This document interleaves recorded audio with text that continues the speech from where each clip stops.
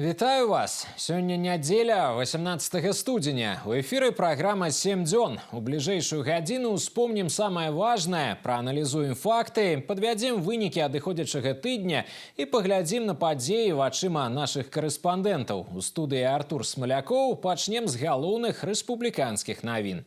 На стары Новы год у Мінску прайшоў урачысты прыём ад імя прэзідэнта Беларусі. Кіраўнік дзяржавы адзначыў работу тых, хто рухае Беларусь наперад канкрэтнымі справамі.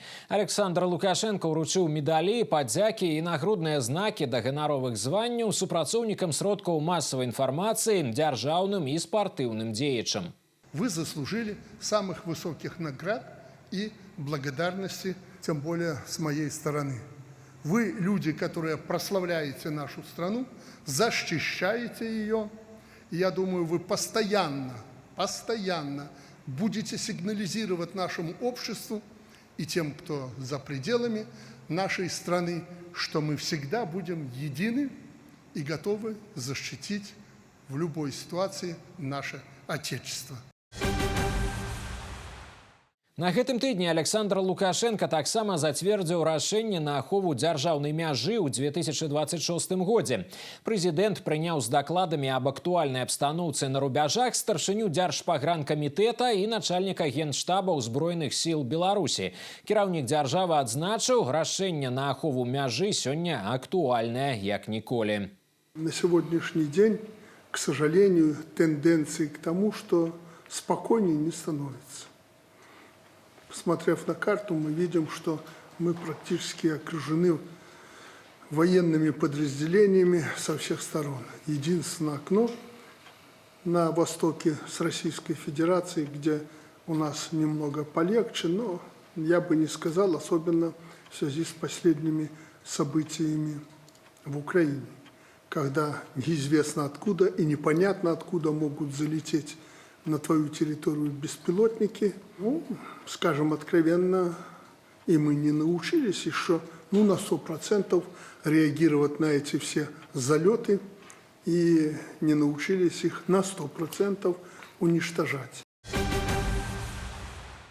Ад турызму і міжнароднага супрацоўніцтва да сельскай гаспадаркі. На першай у новым годзе сесіі дэпутаты Палаты прадстаўнікоў нацыянальнага сходу Беларусі прынялі 5 законапраектаў.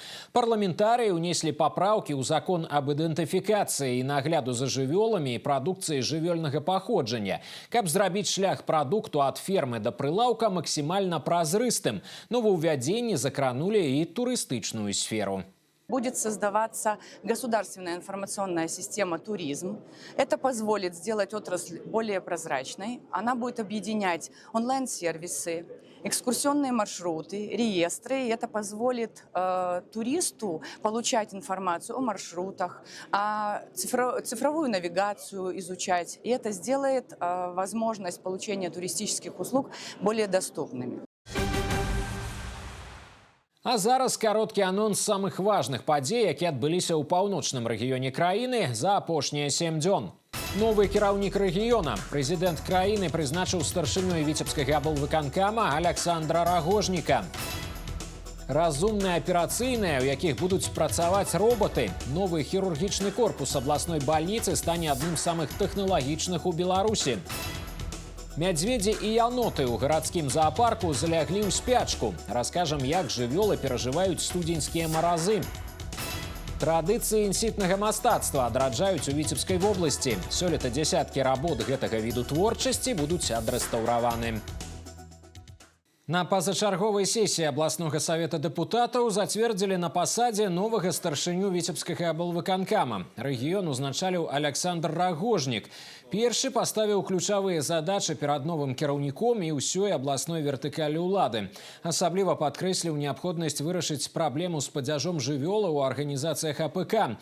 Александру Рагожніку 49 гадоў. Ураджэнец Гомеля атрымаў вышэйшую адукацыю ў мясцовым дзяржуніверсітэце імя Скарыны. Скончыў скончыў акадэмію кіравання пры прэзідэнце Беларусі, працаваў у міністэрстве энергетыкі, у вытворчай сферы, кіраваў мінскім маторным заводам, займаў пасаду міністра прамысловасці Беларусі. У чэрвені 2024 года быў прызначаны надзвычайным і паўнамоцным паслом Беларусі ў Расійскай Федэрацыі. Цяпер Александр Рагожнік будзе кіраваць паўночным рэгіёнам краіны. Новые проекты – это и строительство целлюлозного завода, и перезапуск на новой основе Витебск-Древо, и совершенно другой уровень лесопиления, потому что тому же агропромышленному комплексу в рамках большой программы строительства профилакториев и других животноводческих объектов нужна дешевая пилопродукция. Вот все это должно делаться на месте. Это позволит и логистически, и финансово очень серьезно выиграть именно Витебщине. Дальше это переработка местного сырья. В первую очередь мы традиционно к этому относим лен, торф, кожа может быть меньше, кожевенное сырье представлено на Витебщине, но льнокомбинат должен получить новое дыхание. Перспективы АПК Витебщины тоже очень хорошие. И президент сегодня делал упор и на мясное скотоводство, и на птицу. Потребовал президент сегодня восстановить действительно позиции региона в свиноводстве. И ряд хороших проектов тоже анонсирован. Подводя уже итог, скажу, что агрегированное такое поручение президента, он сказал, вы должны на Витебщине подтянуть средний уровень заработных плат серьезнейшим образом. Потому что по-иному остановить отток экономически активного населения невозможно. Крыху больш за 4 гады віцебскі аблвыканкам узначальваў Александр Суботін. Ён адзначаны ганаровай граматай абласнога савета дэпутатаў за шматгадовую добрасумленную працу ў органах дзяржаўнага кіравання, высокі прафесіяналізм, значны асабісты ўклад у сацыяльна-эканамічнае развіццё Віцебскай вобласці.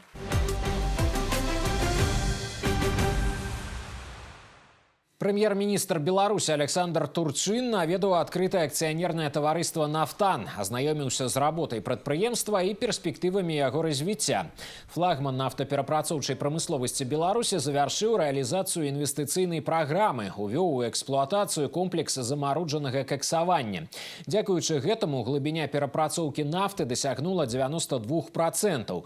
Пачаўся выпуск новай прадукцыі, якую пастаўляюць на экспарт, створаны новыя працоўныя месцы. Следующее наше направление, этап развития – это нефтехимия. Подходим к этому решению вопроса аккуратно и последовательно, с учетом финансовых возможностей, доступных технологий и, самое главное, конечного эффекта, который мы желаем получить. Поставлены новые задачи. Безусловно, они будут выполнены. В 2025 году «Нафтан» закончил с чистой прибылью, поэтому надеемся, что и в последующие годы он будет оставаться флагманом нефтехимической промышленности. У адкрытым акцыянерным таварыстве «Нафтан» Александр Турчин таксама правёў рабочую сустрэчу. Адна з ключавых тэм – вынікі работы нафтаперапрацоўчай галіны Беларусі за мінулы год, планы на 2026 і будучую пяцігодку. Разумныя аперацыйныя, у якіх будуць працаваць роботы. Гэта не сюжэт фантастычнага фільма, а рэальнасць. Гэтым летам Віцебская абласная бальніца плануе ўвесці ў эксплуатацыю новы хірургічны корпус, які стане адным з самых тэхналагічных у Беларусі. У будынку размесціцца 19 аперацыйных, у тым ліку разумная. Штучны інтэлект і лічбавая інтэграцыя стануць першымі дапаможнікамі хірурга ў прыняцці рашэнняў, а таксама адкрыюць новыя магчымасці для навучання маладых спецыялістаў. Першы паверх зойме мадэрнізаванае прыёмнае аддзяленне. Новая планіроўка дасць магчымасць падзяляць потокі пацыентаў. Пашырацца і магчымасці рэанімацыі. Тут з'явіцца вялікі пакой на 30 ложкаў. Але галоўнае ноу-хау – робот-хірург. Такі сёння ёсць толькі ў сталічным цэнтры транспланталогіі. Ён будзе выконваць аперацыі, якія ў паўночным рэгіёне раней не рабілі. На сегодняшний момент делаются отделочные работы, завозится оборудование, буквально недавно завезены новые кровати, поставляется аппарат компьютерной томографии, лапароскопическое оборудование. Сейчас активными темпами идет очень закупка нового высокотехнологичного медицинского оборудования, которое к лету планируется установить и третьем квартале мы планируем сдавать уже новый корпус. Кадры уже подготовлены. Мы готовим анестезиологов, реаниматологов к работе на новом оборудовании, и они уже, в принципе, готовы. Ну и хирурги осваивают новые методы и новые виды операций. В частности, в ближайшее время мы планируем обучение в Минске, в научно-практическом центре хирургии и трансплантологии у главного хирурга Республики Беларусь Олега Олеговича Румо. С ним мы работаем активно. И в перспективе ближайшее обучение в Китае для работы на хирургическом роботе. Больш за 1000 месцаў, 30 спецыялізаваных аддзяленняў і калектыў у 2000 чалавек. Сёння Віцебская абласная больница – одна з самых буйных шматпрофільных лячэбных устаноў Беларусі. Штогод тут праводзяць больш за 18 000 хірургічных аперацый. З уводам новага корпуса колькасць вырасце. Акрамя таго, новы корпус дазволіць рэгіёну атрымаць дадатковыя працоўныя месцы для медыкаў. У Новополоцку дадзены старт рабоце рэгіянальнага комплексу па абыходжанні з цвёрдымі камунальнымі адходамі. Тут будуць сартаваць до 80 000 тонн адходу ў год, перапрацоўваць будаўнічыя і драўляныя, утылізаваць біялагічныя і медыцынскія адходы. Комплекс будзе абслугоўваць Полацкі, Новополацк, а таксама 3 раёны – Полацкі, Расонскі і Ушацкі. На прадпрыемстве будуць працаваць больш за 150 чалавек. Ва ўрачыстым адкрыцці аб'екта прынялі ўдзел прадстаўнікі министерствов, областных и районных уладов. Сформирован такой комплекс по переработке отходов, который всесторонне позволяет подойти к этому вопросу и максимально переработать отходы и внедрить в их хозяйственный оборот. Также здесь представлена единственная в Витебском регионе установка по обезвреживанию и утилизации медицинских и биологических отходов, который позволяет минимизировать вредные выбросы в окружающую среду. В целом система обращения с отходами на территории Республики Беларусь выстроена, но где-то требует определенной модернизации, начиная от вопросов раздельного вывоза отходов, логистики, до ее сортировки, переработки, а также захоронения. Можно говорить сегодня и про вклад непосредственно Витебского региона, опять же тоже на примере цифры. Вот по итогу 11 месяцев в соответствии с статистикой объем использования отходов на территории Витебской области составляет более 50%. Это достаточно серьезная цифра. Объект з'яўляецца третьим региональным комплексом по перапрацоўцы і сартаванні цвёрдых камунальных адходаў на Віцебшчыне. Наяўныя магутнасці дазволяць сартаваць каля 75% камунальных адходаў, якія ўтвараюцца на тэрыторыі вобласці. У Полацку урачыста адкрылі пасля рэканструкцыі пажарную аварыйна-ратавальную часць. Удзел у цырымоніі прыняў міністр па надзвычайных сітуацыях Вадзім Сіняўскі.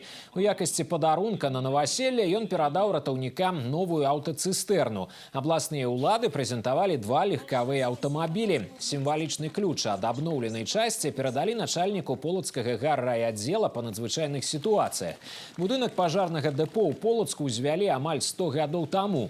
Яго каланча узвышаецца над горадам на вышыню 33 метры. Гэта адзін з нямногіх будынкаў, які перажыў вайну. Асноўны акцэнт пры рэканструкцыі зроблены на размяшчэнне ў гаражы вышыннай спецтэхнікі, а таксама паляпшэнне санітарна-бытавых умоў асабістага составу. Самый важный аспект работы таких подразделений заключается в том, что они ближе всего к оказанию помощи людям. Здесь проходит суточное дежурство, здесь выполняются задачи по поддержанию высокой боевой готовности к выезду на место происшествия. Здесь находятся те специалисты, которые первые приходят на помощь нашим людям, которые попали в беду. Вот думаю, что очень правильно по линии министерства мы развиваем именно такие подразделения, потому что они сегодня сердце всей системы министерства по чрезвычайным ситуациям. И в канун нашего профессионального праздника мы очень гордимся тем, что мы подошли к этому рубежу с очень серьезными показателями. Достигли результатов и успехов в вопросах предупреждения и профилактики гибели людей от всех чрезвычайных ситуаций, в том числе пожаров, гибели людей на воде. Падчас урачыстасцяў лепшыя супрацоўнікі Полацкага гаррайаддзела па надзвычайных сітуацыях атрымалі ўзнагароды і падзякі за праяўленыя прафесіяналізм і рашучасць у ліквідацыі надзвычайных сітуацый.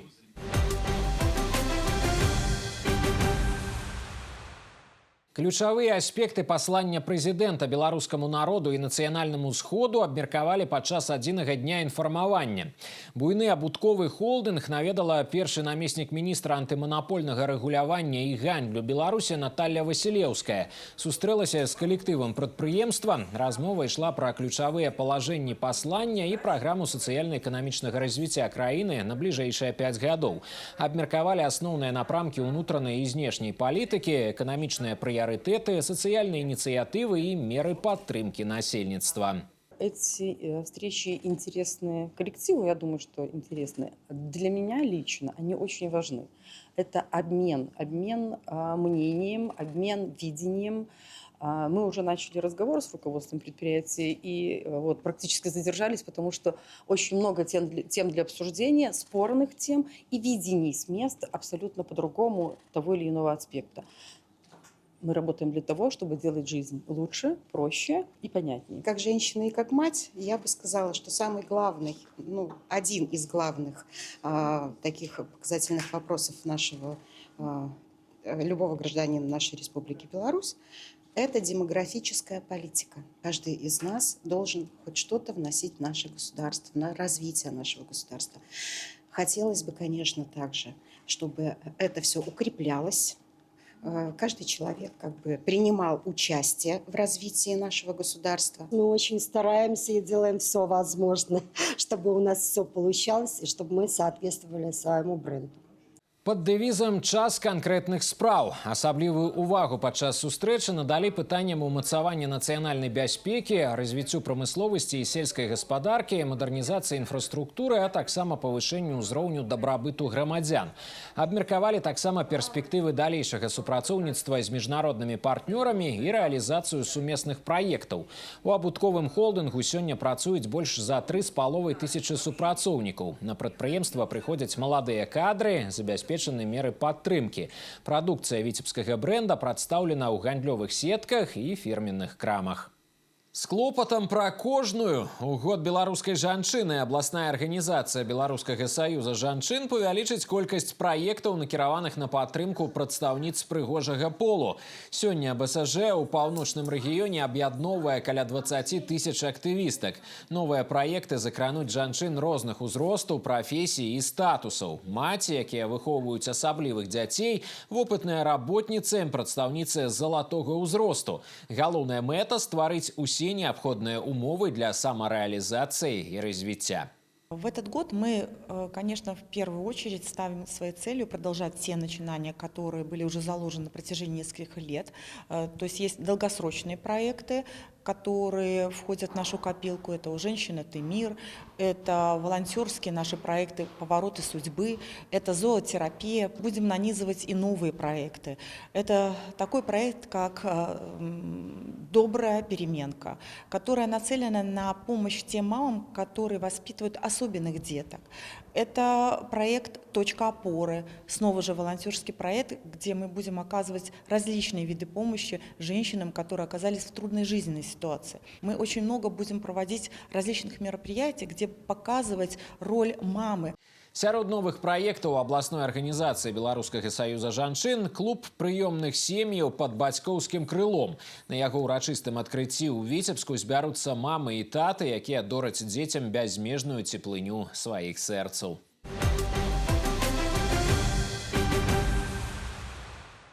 Міністэрства інфармацыі Беларусі павіншавала з навагоднімі святамі пастаяльцаў аршанскага сацыяльнага пансіяната «Шчаслівае даўгалецце». Сустрэча адбылася ў рамках рэспубліканскай дабрачыннай акцыі «Ад усёй душы». З пажылымі людзьмі сустрэўся першы намеснік міністра інфармацыі Беларусі Андрэй Кунцевіч.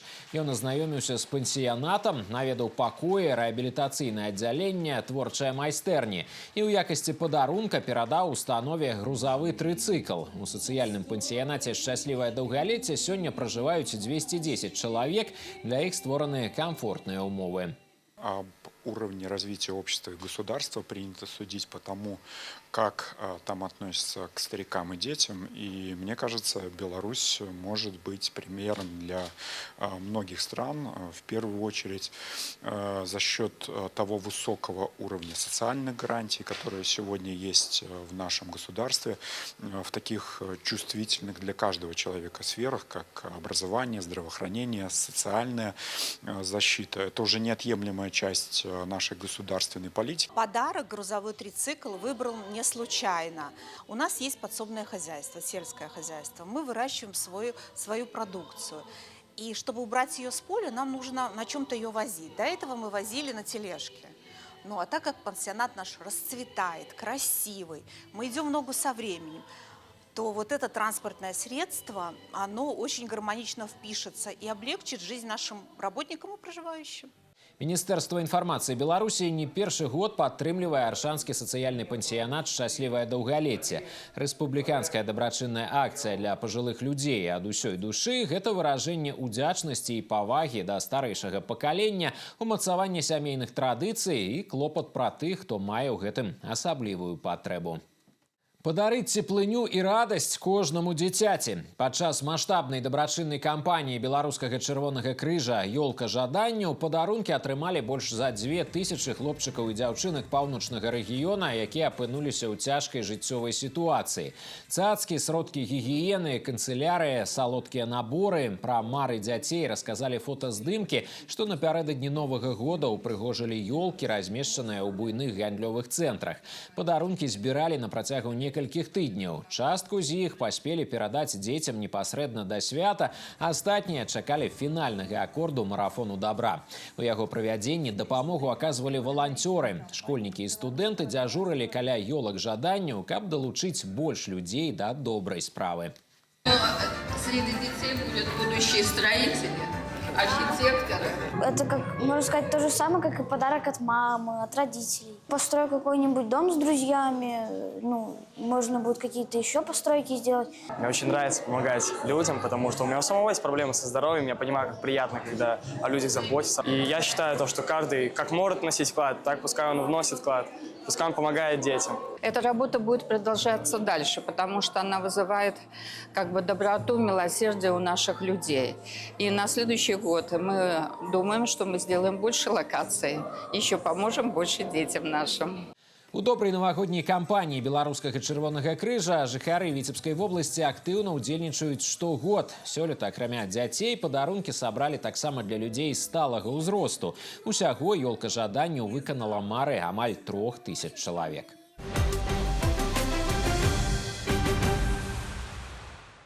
Надвор'е ў гэтыя дні застаецца галоўным ньюсмейкерам. У пачатку тыдня Віцебская вобласць працягвала спраўляцца з наступствамі снежнага цыклону Фрэнсіс Улі. Камунальныя і дарожныя службы працавалі на максімуме. Уборку снегу ў абласным цэнтры вялі 24/7. Задзейнічалі ўсе даступныя рэсурсы і тэхніку. Як Віцебск перажыў постцыклонавы перыяд і хто дапамагае камунальнікам вызваляць двары са снежнага палону у наступным сюжэце.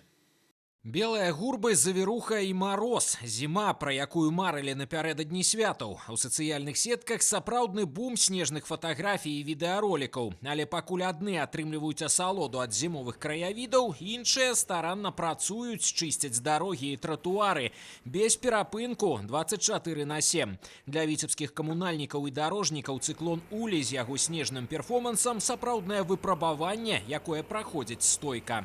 21 единица техники у нас работает в 3 смены. 190 дворников у нас трудятся на дворовых территориях, расчищая это крыльца, дорожки, тротуары. Еще также у нас задействовано 38 единиц привлеченных людей. Нашим предприятиям закуплен дополнительный инвентарь, который расставлен в каждом ЖЭУ. Есть также в подъездах, это как на Медицинской, Чкалова, Богатырева, Строителей, где жители сами могут взять и помочь расчистить свои дворовые территории. Галоўная бітва з наступствамі цыклону зараз кіпіць у жылых кварталах. На перадавой дворнікі паспелі расчысціць ад снегу цэнтральныя вуліцы і тратуары, але работы па-ранейшаму хапае. Белыя горы і машыны пад снегам. Такую карціну можна назіраць амаль у кожным двары. Працоўны дзень гэтых людзей пачынаецца задоўга да світання. Пакуль горад прачынаецца, яны прабіваюць першыя сцяжынкі да пад'ездаў, прыпынкаў і магазинаў. Снегу шмат і улей працягвае подсыпать. Без помощи той же техники, без помощи даже людей, проживающих в домах, справиться с ним практически было бы невозможно. Но и дворники, и люди в домах вышли, ну не все, но кто может. Дворники у меня, честно говоря, в бригаде нормальные, добросовестные. Ну, где-то и сам тоже с ними поработаю. Ну и движение идет. Поэтому я думаю, что все будет хорошо. Адзін за ўсіх і ўсе супраць снегу. Прынцып «Мая хата з краю» адмяніў цыклон. На заклік уладаў і проста гледзячы ў акно, жыхары шматпавярховак бяруць у рукі лапаты і выходзяць у двары цэлымі сем'ямі. Гэта той выпадак, калі агульная праблема аб'ядноўвае лепш за любое свята. Дарогі ў дварах расчышчаныя, нараканняў на камунальныя службы няма, дакладваюць абстаноўку жыхары мікрараёнаў. Я довольна, как они работали, как убирали. Во-первых, они и ночью работали, и днем. Это же видно. Было много снега. Сами помогали, как жильцы. Потому что ясно, что людей может не хватать и не справиться. Это все должны понимать. Но в целом все достаточно. Меня все устраивает. Как бы чистые паркинги, вон, машины могут выехать. Как бы молодцы. Цыклон Улей віцябляне запомняць надоўга, як першую за 8 гадоў па-сапраўднаму снежную зіму і як падзею, якая аб'яднала людзей. Але фінал гэтай гісторыі пакуль не напісаны. Сіноптыкі папярэджваюць, завіруху ў рэгіёне зменяць моцныя маразы. Значыць, выпрабаванне на трываласць для поўначы Беларусі працягваецца. Артур Смалякоў, Станіслаў Дудзін. Навіны Віцебск. З-за рэзкага пахаладання ўсе аб'екты энергасістэмы Віцебскай вобласці пераведзены ў рэжым павышанай гатоўнасці. Узмоцнены кантроль за работай абсталявання падстанцый і лініямі электраперадач, падрыхтаваны рэзервовыя крыніцы энергазабеспячэння. Усё, каб забяспечыць бесперабойную падачу цяпла спажыўцам і не дапусціць аварый. Як спраўляюцца з гэтай задачай энергетыкі паўночнага рэгіёна, даведаліся нашы корэспандэнты. В связи с пониженными температурами наружного воздуха и похолоданием выдерживать на Витебской ТЭЦ температурный режим 95 градусов прямого теплоносителя и гидравлический режим 0,85 на 0,25 мегапаскаль. Дыспетчер у рэжыме рэальнага часу кантралюе работу кацельняў і падачу цяпла спажыўцам. На балансе віцебскага прадпрыемства 4 буйныя цеплакрыніцы. Для кожнай з іх зададзены пэўныя параметры. У сувязі з рэзкім пахаладаннем зрабілі папраўкі. Істотна павысілі тэмпературу ў цепласетках. В связи с температурой наружного воздуха минус 15 градусов мы выдерживаем температурный режим по графику, который у нас есть утвержденный, 95 градусов прямого теплоносителя. У нас есть возможность по программному обеспечению видеть вплоть до каждого теплового узла каждого дома, какие параметры теплоносителя доходят. И если поступают жалобы потребителей, мы незамедлительно реагируем и определяем причину несоответствия.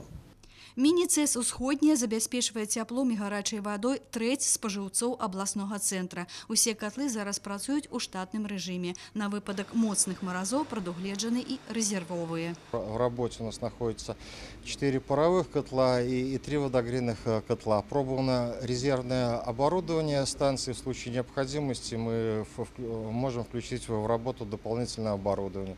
В настоящий момент удерживаем все параметры. Температура сетевой воды, подаваемой в город, 93 градуса Цельсия. Пакуль магутнасці кацельных абласнога цэнтра загружаны на 60-70%. Гэтага дастаткова, каб забяспечыць камфортную тэмпературу паветра ў жылых дамах, на прадпрыемствах і сацыяльных аб'ектах. На звыклы рэжым работы дзіцячых садоў і школ моцныя маразы не паўплывалі. Праўда, прагулкі на свежым паветры для малых прыйшлося адмяніць. Затое ў пакоях цёпла і утульна. Батарэю грэюць мацней, чым звычайна. Температура в учреждении дошкольного образования соответствует нормам санитарно-эпидемиологическим. Регулярно, ежедневно даже, скажем, она контролируется со стороны руководителей, со стороны воспитателей. В бойлере у нас установлен датчик, который реагирует на уличную температуру и в соответствии с этим регулирует температуру в учреждении образования. На сегодняшний день в связи с установившимися морозами температура в учреждении 22 градуса. Когда было немножко оттепель, то было в соответствии с нормом 19-20. У выпадку узмацнення маразоў энергетики задзейнічаюць рэзервовае абсталяванне. Падрыхтаваны персонал для работы ў экстрэмальных умовах надвор'я. Сфарміраваны аварыйныя бригады на выпадок нештатных ситуаций. У нас утвержден тепловой график нагрузки, да, и в зависимости по понижению температуры наружного воздуха этот график выдерживается в полном объеме.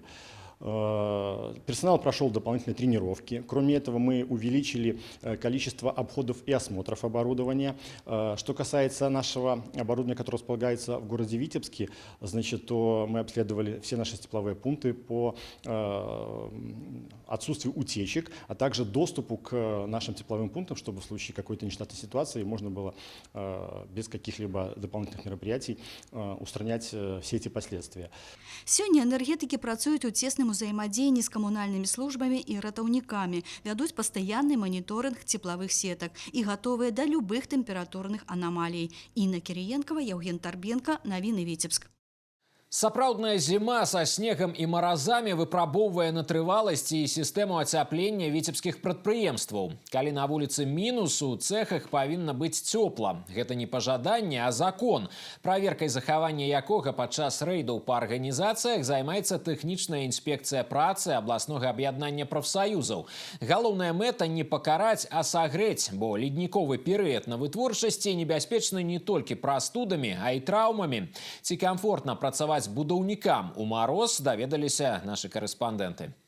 Навукоўцы ўпэўнены ў тым, што мозг лепш працуе ў холадзе. Аднак гэты факт не суцяшэнне, калі на працоўным месцы зуб на зуб не пападае. У студзені надвор'е арганізавала сапраўдны экзамен для сістэм ацяплення віцебскіх прадпрыемстваў. І калі мароз на вуліцы з'ява прыродная, то марозная свежасць на працоўным месцы – парушэнне закону. Наймальнік абавязаны забяспечыць камфорт для супрацоўнікаў, але ў рэальнасці бывае па-рознаму. Маніторынг тэхнічнай інспекцыі працы віцебскага областного объединения профсоюзу – это своего рода незалежный аудит тепла. Мы изучаем состояние рабочих мест, предоставление работникам специальных регламентированных перерывов, то, что предусмотрено законом об охране труда. В рамках контроля серьезных нарушений мы не выявляем, то есть службы охраны труда работают. Какие-то мелкие незначительные замечания в рамках рекомендаций мы, конечно, указываем. Наниматели, в свою очередь, прислушиваются, и, естественно, работники обеспечены, в свою очередь, утепленной специальной защитой, соблюдаются нормы при работе на высоте. Першы пункт маршруту – 9-й Віцебскі будаўнічы трэст. Інспектор правярае ўсё ад тэмпературы ў бытоўках да забяспечанасці супрацоўнікаў цёплым адзеннем. Шукаць апраўданні не прыйшлося. Тут разумеюць, азяблы работнік – гэта зніжэнне прадукцыйнасці і рызыка бальнічнага, што для прадпрыемства заўсёды страты. За 2025 год в организации на приобретение зимней спецодежды было потрачено порядка 50 тысяч рублей. Также немаловажное мероприятие – это поддержание оптимальных условий труда в бытовых помещениях. Для этого в бытовых помещениях установлены обогреватели, установлены умывальники с подогревом воды. Асаблівая ўвага тым, хто працуе на адкрытым паветры. На аб'екце Віцебскага домабудаўнічага камбіната ў пасёлку Тарны відавочна. Дадатковыя меры бяспекі ў маразы працуюць не толькі на паперы. Каб людзі не змерзлі, прадугледжаны рэгламентаваныя перапынкі і пункты абагрэву. Парушэнняў няма. Бытовые помещения находятся для обогрева прямо на монтажном горизонте. Также рядышком со строительным объектом есть сушилка, комната для приема пищи. Люди обеспечены спецодеждой зимней и обувью. Везде проезды, проходы прочищены, санитарно-бытовые помещения находятся в удовлетворительном состоянии, тепло, обеспечение средствами индивидуальной защиты тех людей, которые работают в полном объеме происходит. Поэтому мы на сегодняшний день ставим основную оценку как удовлетворительную, и в ближайшее время мы будем продолжать мониторить данные объекты строительные и наши предприятия в целом. Статыстыка радуе, скаргаў на холод ад работнікаў прадпрыемстваў вобласці ў апошнія гады стала менш. У паўночным рэгіёне створана эфектыўная сістэма рэагавання. На варце камфорту людзей не толькі інспектары працы, а і старшыні прафсаюзных пярвічак. Калі праблему нельга вырашыць на месцы, паведамляюць у рэспубліканскую інспекцыю, бо зіма – гэта пара года, а не умовы працы. Артур Смалякоў, Станіслаў Дудзін, навіны Віцебск. Мядзведзі і яноты ў віцебскім заапарку злеглі ў спячку. Усіх насельнікаў перавялі на зімовы рэжым утрымання. У памяшканнях падтрымліваюць камфортную тэмпературу. Зменены рацыён і графік кармлення жывёл, праводзіцца рэгулярны маніторынг стану здароўя. Як дапамагчы жывёлам перажыць халады, даведаўся Ілья Лапацінскі. Мядзведзі і яноты ў віцебскім заапарку спяць амаль на працягу месяца. Зімовы сон прадоўжыцца, пакуль не адпусцяць маразы. Напрыклад, летась халодны сезон аказаўся даволі мяккім, і жывёлы ўвогуле перажывалі бяссонне. Тыя, для каго спячка не характэрная, вядуць звыклы лад жыцця. Трапічныя жывёлы, ягуар і малпы, размясціліся ў цёплых памяшканнях. І не ўсе могуць пахваліцца бадзёрасцю. Тыповыя беларускія віды лісу, воўка, зубра маразы не палохаюць. Справіцца з халадамі дапамагае больш богатое харчевание. Мы готовы всегда на всякий случай вот такой вот экстремальной холодной зимы, как она в этом году. Вот, поэтому понятно, что мы заготовили дрова на то, чтобы топить печки. У обезьян мы топим печки, ну, много где. Все животные, в принципе, теплолюбивые у нас обогреты. Тем, кто находится на улице, там животные, которые не боятся холода, вот, мы стараемся несколько раз в день их поить теплой водой. Стараемся балансировать рационы так, чтобы всем хватало. Не ўсе дзікія жывёлы могуць справіцца з халадамі. Напярэдадні ў Віцебску неабыякавыя гараджане выратавалі вушастую саву, яна моцна змерзла. Эколагі прывезлі птушку ў заапарк. Тут драпежніка абагрэлі і імкнуцца выратаваць. Дапамога ў гэтыя марозныя дні не перашкодзіць і рыбам. На тэрыторыі паўночнага рэгіёна каля паўсотні азёр, якія ўзімку замярзаюць. Ледзяное покрыва цалкам блакуе доступ кіслароду. У такіх умовах прадстаўнікам падводнага свету не выжыць без дапамогі чалавека. 12 января Министерство природных ресурсов и охраны окружающей среды дало старт началу акции «Сделаем лунки, спасем рыбу от заморов». Наиболее эффективным методом профилактики таких явлений является изготовление прорубей. Проруби размещают в центре водоема и по его периметру из расчета 3-5 штук на гектар. Неравнодушных граждан Витебской области мы также приглашаем принять участие в такой акции.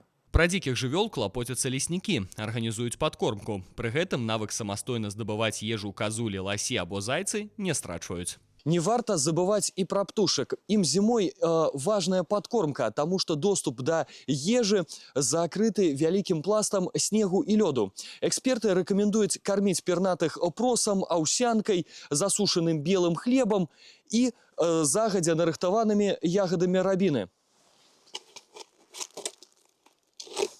Гэта дапаможа птушкам перажыць халады. Зіма – натуральны прыродны перыяд. Жывёлы даўно прыстасаваліся пераносіць халады. Таму імкненне дапамагчы ім перажыць моцныя маразы галоўнае не нашкодзіць. Эколагі нагадваюць, нельга самастойна забіраць жыхароў лесу са звыклага асяроддзя, нават пры жаданні аказаць дапамогу. Лепш пракансультавацца са спецыялістамі. Ілья Лапацінскі, Віктор Паўлаў, навіны Віцебск. Сезон небяспечнага хобі. Спецыялісты арганізацыі ратавання на вадзе нагадваюць пра небяспеку выхаду на лёд. З пачатку года на вадаёмах краіны патанулі 5 чалавек. У паўночным рэгіёне падобных выпадкаў пакуль не зафіксавана. Аднак ратаўнікі ўзмацнілі кантроль на акваторыях. Яны рэгулярна праводзяць прафілактычныя рэйды і нагадваюць рыбакам асноўныя правілы бяспекі. Ці прытрымліваюцца рэкамендацыі спецыялістаў аматары лоўлі на жэрліцы і як атрымаць улов без рызыкі для жыцця, даведалася наш корэспандэнт Інна Падрэцкая. И зимой, и летом одно из самых популярных мест для отпочинку витеблян – поймы раки Витьбы. Прогулки на свежем поветре, катание на лыжах и тюбингах, рыбалка. Свой перший трофейный улов у Новым годзе атрымаў и 14-гадовый Захар Мартыненко. На водное поляванне выйшаў разом с бацькам. Правилы бяспекі не только ведае ў тэорыі, але и применяя на практице. Я сам волнуюсь за свою безопасность, одеваю жилет, чтобы, если провалился под лед, чтобы шансы были выжить. Желательно носить с собой веревку, спасалки, чтобы вылазить со льда. Желательно ходить не одному и смотреть прогноз погоды, чтобы лед был хороший. Зараз аматары зімовай рыбалкі на асаблівым кантролі ратаўнікоў і спецыялістаў абласной арганізацыі ратавання на вадзе. Яны рэгулярна праводзяць рэйды па вадаёмах, даюць карысныя рэкамендацыі фанатам паклёўкі, каб жаданне атрымаць добры ўлоў не прывяло да трагічных наступстваў. Першае і галоўнае правіла, якое нагадваюць аматарам зімовай рыбалкі, на лёдзе можна знаходзіцца толькі ў выратавальнай камізэльцы. Такі просты лайфхак дапаможа папярэдзіць трагедыю. Бо апынуўшыся ў халоднай вадзе, чалавек зможа пратрымацца менш за 5 хвілін. Сёлетняя зіма спрыяе аматарам лоўлі на жэрліцы. На вадаёмах Віцебшчыны сярэдняя тушчыня лёду ад 7 до 15 сантыметраў. Нягледзячы на гэта, на асобных участках покрыва нетрывалае. Опасным ледовое покрытие считается в районе опор мостов, а также где заросли тростника, либо же течения рек.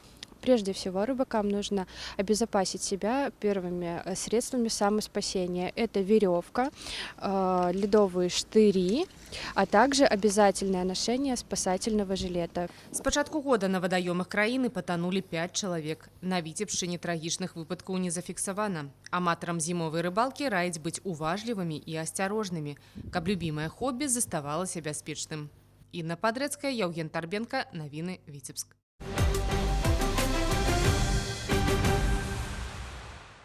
Разумнікі і разумніцы у Віцебску падводзяць вынікі трэцяга этапу рэспубліканскай алімпіяды па вучэбных прадметах. На працягу 5 дзён у Віцебску і гарадку веды, уменні і навыкі прадэманстравалі больш за 1000 навучэнцаў з усіх раёнаў Віцебскай вобласці. Удзельнікі паказалі высокі ўзровень падрыхтоўкі па 20 вучэбных дысцыплінах. Алімпіядныя заданні патрабуюць глыбокіх ведаў і навыкаў аналітычнага мыслення, крэатыўнага падыходу да іх выканання. Пераможцамі і прызёрамі Олимпиады стали самые адоранные и мэтанакіраваныя.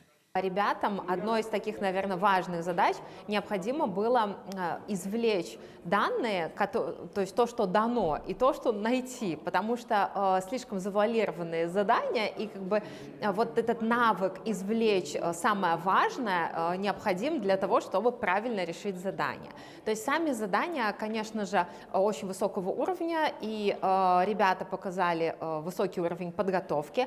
Нужно отметить, что вот в качестве победителей у нас представители и города Витебска, представители города Орши и Новополоцка. Программированием занимаюсь уже 3 года. Меня вовлек учитель информатики. И свою жизнь я хочу связать с IT. Я программированием, получается, занимаюсь 7-й год. Меня привлекает чувство, когда я понимаю какую-то новую тему. Я больше получаю удовольствие именно когда я что-то учу, а не участвую в олимпиадах. В будущем хочу жизнь связать с IT. Пока что больше привлекает что-то с разработкой алгоритмов. Наперадзе ў пераможцаў новы выклік. Заключны этап рэспубліканскай алімпіяды. Ён адбудзецца ў сакавіку. Перамога дае перавагу пры паступленні ў вышэйшыя навучальныя установы краіны. Нельга забыць. Адзіны урок памяці пра трагедыю ў вёсцы Ола правялі на гэтым тыдні ў школах паўночнага рэгіёна. Зараз такога населенага пункта няма на карце Беларусі, але яго назва, як хатыні, тысячы іншых знішчаных нацыстамі вёсак, навечна ўпісана ў журботны летапіс Вялікай Айчыннай вайны. Настаўнікі разам са школьнікамі ўзгадалі трагічную гісторыю. Раніцай 14 студзеня 44-га нямецкі карны атрад акружыў вёску. Нацисты заганялі людзей у дамы і гаспадарчыя пабудовы, падрывалі і падпальвалі іх, расстрэльвалі з аўтаматаў, спускалі сабак. Ола самая вялікая спаленая разам з жыхарамі вёска ў Беларусі. Па маштабе гэта 12 хатыняў. Тут спалілі і расстралялі амаль 1760 чалавек, палова з іх дзеці. Мой дедушка Буевич Вильгельм Викентьевич прошел вместе со своей семьей через 3 концлагеря – Алитус, Дахау, Аугсбург. С заключенными обращались жестко, использовали их на работах, а также для опытов. Но вся семья деда выжила благодаря тому, что отдавали последнее и помогали друг другу. Мои 2 прадедушки участвовали в этих военных действиях.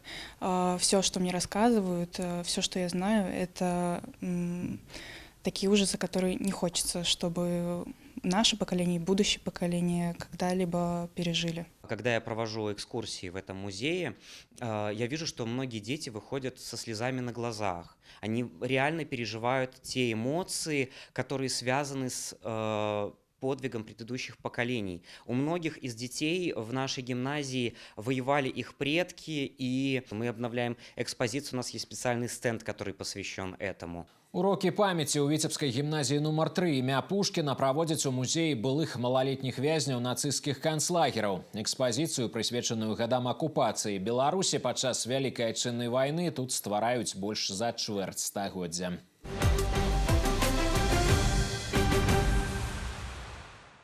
Натхненне з глыбінь душы. Традыцыі інсітнага мастацтва адраджаюць у паўночным рэгіёне. Сёлета дзесяткі работ гэтага віду непрафесійнай творчасці будуць адрэстаўраваны. Адпаведны грант кіраўніка дзяржавы атрымала загадчыца сектара па выставачнай дзейнасці Віцебскага абласнога метадычнага цэнтра народнай творчасці Ганна Перліна. Зараз адбіраюць экспанаты, якія неабходна аднавіць. Усяго ў калекцыі каля 300 аўтэнтычных артэфактаў.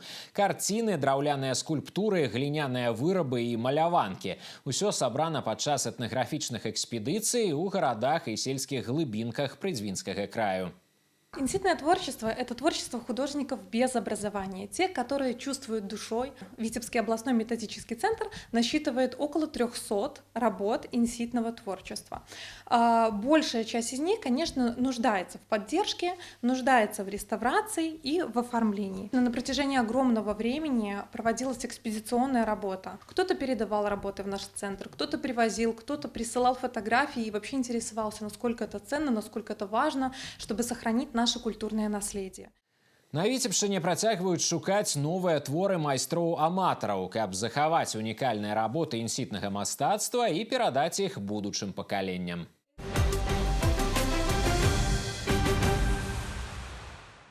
Віцебскія чэмпіёны атрымалі асаблівы зарад матывацыі напярэдадні важных спаборніцтваў. Кіраўнік адміністрацыі прэзідэнта Дмітрый Крутой і новы старшыня аблвыканкама Александр Рагожнік наведалі цэнтр па скачках на батуце з Дюшар номер 1, дзе трэніруецца касцяк нацыянальнай зборнай краіны. Візіт атрымаўся цёплым, атлетаў павіншавалі з зімовымі святамі і перадалі салодкія падарункі. Але самае галоўнае – словы падтрымкі. Нават калі вялікія дасягненні чакаюць не ўсе, спартыўная падрыхтоўка застанецца назаўжды. Пасланне ад прэзідэнта краіны пачулі ўсе выхаванцы школы алімпійскага рэзерву.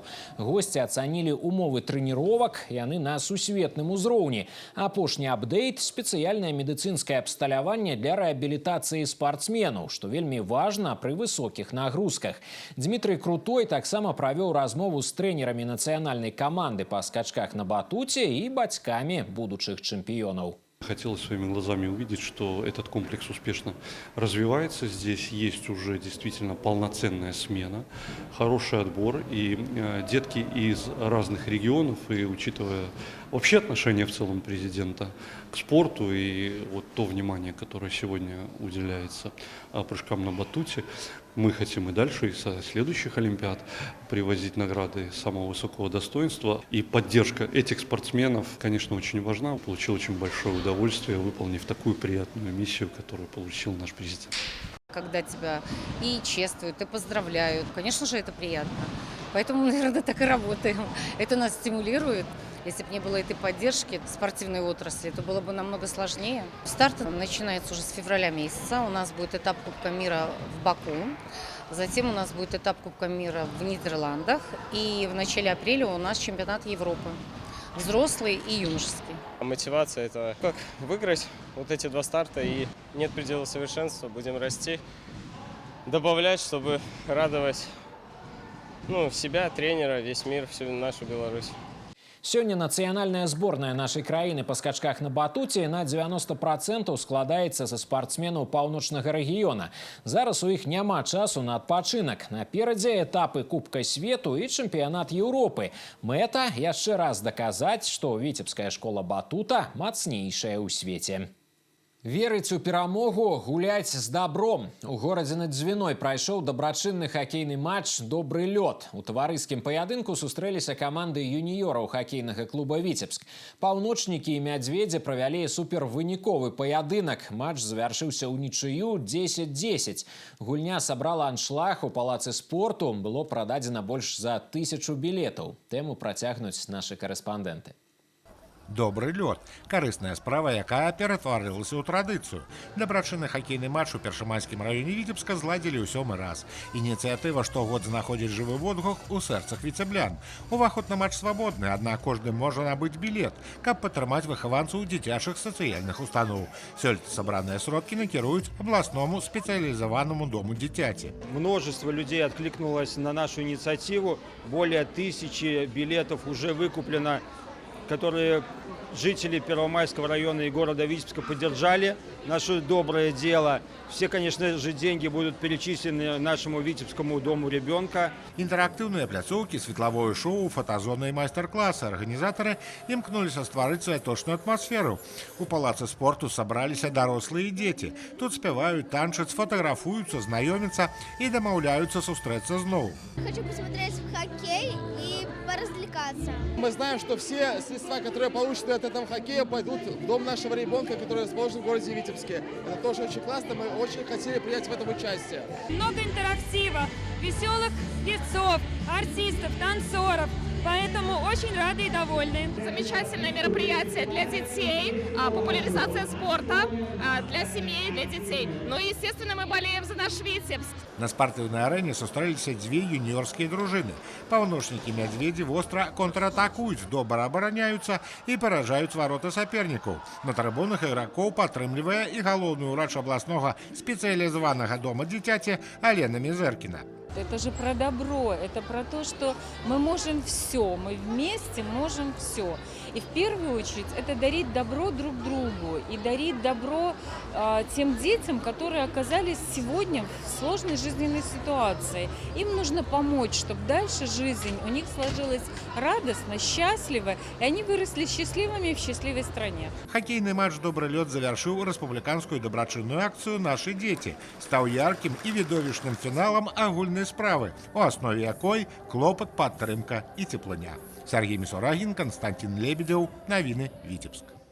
Упартая барацьба, яркія перамогі і эмацыянальнае інтэрв'ю. Надышоў час расказаць пра самыя цікавыя спартыўныя падзеі, якія на працягу 7 дзён адбываліся ў паўночным рэгіёне. Слова Сергею Мисурагину. Самыми яскравыми спартыўнымі падзеямі на мінулым тыдні, на мой погляд, сталі спартакіяда дзіцяча-юнацкіх школ паўночнага рэгіёна па лёгкай атлетыцы і першынства вобласці па спартыўнай гімнастыцы. Спартакіяда дзіцяча-юнацкіх школ паўночнага рэгіёна па лёгкай атлетыцы сабрала больш за 140 атлетаў. Гэта 15-16гадовыя спартсмены, якія ў будучым плануюць звязаць сваё жыццё з прафесійным спортам. Удзельнікі аспрэчвалі 16 комплектаў узнагарод. У фінал рэспубліканскай спартакіяды выйшлі па 2 мацнейшыя ДЮСШ в области. Это уже возраст, который летом будет защищать честь нашей области на Олимпийских днях молодежи Республики Беларусь. Это возраст, по которому уже начинает формироваться сборная команда Республики Беларусь. Остались те, кто нацелен на дальнейшее занятие спортом, те, кто нацелен, как я говорил уже летом, попасть в сборную команды Республики Беларусь, либо имеет планы преследовать эту цель и, соответственно, показывать именно высокие результаты, защищать, стремиться к защите чести и достоинства нашей страны на международном уровне. Долго не выступала, и сейчас новые личные результаты. Я прям готова бежать, готова выступать. Специализируюсь на 400-200 метров. 400 метров основная дистанция. Хочу выбежать из минуты, пробежать по личному результату, чтобы все получилось. Сезон начался неплохо, с хорошим результатом начал, почти к своему личнику. Готовлюсь к республике, чтобы прыгнуть за 7 метров. Работал над разбегом и над отталкиванием, а то не получалось ни разбег, нестабильный был, отталкивание тоже слабое было. Сейчас уже все хорошо. Рэспубліканская спартакіяда ДЮСШ па лёгкай атлетыцы ў памяшканні сярод юнакоў і дзяўчат 2009-10 гадоў нараджэння пройдзе ў Гомелі у сярэдзіне лютага. Спартсмены паўночнага рэгіёна будуць прэтэндаваць на медалі ва ўсіх відах спаборніцкай праграмы. Першы старт у новым сезоне. Юных грацый з дзіцяча-юнацкіх спартыўных школ Вітебска і Оршы сабрала першынство рэгіёна па гімнастыцы. Лідарства аспрэчвалі 10-13гадовыя спартсменкі. Трэнеры разглядалі спаборніцтвы як апошні этап падрыхтоўкі да рэспубліканскай спартакіяды ДЮСШ. У нас принимают участие 80 спортсменок, представители нашей школы и школы города Орши. Эти соревнования направлены на то, чтобы обкатать команду, которая будет участвовать в спартакиаде детско-юношеских спортивных школ Республики Беларусь. Самое главное, эта команда будет отрабатывать свою программу. А также остальные девочки, кто-то будет изучать элементы новой программы, а кто-то сдавать разряды по старым программам своим. К этим стартам я готовилась серьезно. Готовилась по всем снарядам. Делала элементы акробатики, прыжки. Я люблю выступать на бревне, потому что элементы все и комбинации у меня получаются лучше всего. Я достигла первого взрослого. Мы делали акцент на брусья, бревно, вольный прыжок на все снаряды. На этих соревнованиях у нас очень много людей. Будем соревноваться. Рэспубліканская спартакіяда ДЮСШ па спартыўнай гімнастыцы пройдзе ў Віцебску з 27 па 30 студзеня. Плануецца, што ў дзявочых спаборніцтвах прымуць удзел каля 150 спартсменак. Хоккейныя паядынкі, баскетбольныя матчы, валейбольныя супрацьстаянні, спаборніцтвы лёгкаатлетаў, фехтавальны турнір, выступленні фрыстайлістаў. Наступныя 7 дзён будуць багатыя на разнастайныя старты. Пачну з хоккейнага розыгрышу. Каманды Віцебскай вобласці правядуць спараныя паядынкі з сапернікамі. У сераду 21 студзеня Новаполацкі хімік на дамашняй арэне прыме Брэст, а Аршанскі лакаматыў у гасцях памерацца сіламі са сталічным юнацтвам. Матч у адказ пройдуць 23 студзеня. А напярэдадні ў барацьбу ўступіць каманда абласнога цэнтра. Падапечныя Рамана Юпатава на выездзе праэкзаменуюць авіятар. Паўторная сустрэча пройдзе ў суботу 24 студзеня. У гэты ж дзень на паркет выйдзе баскетбольны клуб «Рубон». Команда з берагу Дзвіны чакае госці БК-Мінск. Сталічны калектыў пакуль дамінуе на пляцоўцы, але і ў віцеблян відавочны прагрэс у гульні. Балельшчыкаў чакае упартае супрацьстаянне. Таксама ў суботу ў чарговым туры чэмпіянату краіны валейбольны клуб Маркова ДТУ у гасцях сустрэнецца з Заходнім Бугам. Матч не будзе прахадным. Каманды суседзі па турнірнай табліцы. Сапернік апярэджвае нашых землякоў на 4 ачкі. Падапечным Міхаіла Ханяка неабходна скарачаць адставанне. Цяпер да іншых тэм. У панядзелак 19 студзеня ў Мінску стартуюць Алімпійскія дні моладзі Рэспублікі Беларусь па фехтаванні. Медалі аспрэчаць 15-16гадовыя юнакі і дзяўчаты і малодшыя за іх спартсмены. Тым часам Магілёў прыме адразу 2 лёгкаатлетычныя старты. Гэта першынство краіны па лёгкаатлетыцы сярод юніёраў і юніёрак і першынство і чэмпіянат рэспублікі па лёгкаатлетычным мнагаборстве. У Віцебску будзе ладзіцца першынство паўночнага рэгіёна па баскетболе. Лідарства аспрэчаць дзяўчаты 2011-12 гадоў нараджэння. Таксама ў горадзе над Дзвіной запланавана правесці першынство прадзінскага краю па фрыстайле. Спартсмены паспрачаюцца за медалі ў 3 узроставых групах. На гэтым усё. Такімі былі галоўныя падзеі апошніх 7 дзён. Спадзяюся, што інфармацыйная карціна тыдня стала для вас больш поўнай і зразумелай. Наперадзе новы працоўны тыдзень. Сіноптыкі абяцаюць сапраўднае зімовае надвор'е, таму беражыце сябе і апранайцеся цяплей. А мы працягнем сачыць за тым, што адбываецца ў рэгіёне і краіне. Дзякуй, што былі з намі. Усяго добрага і да пабачэння.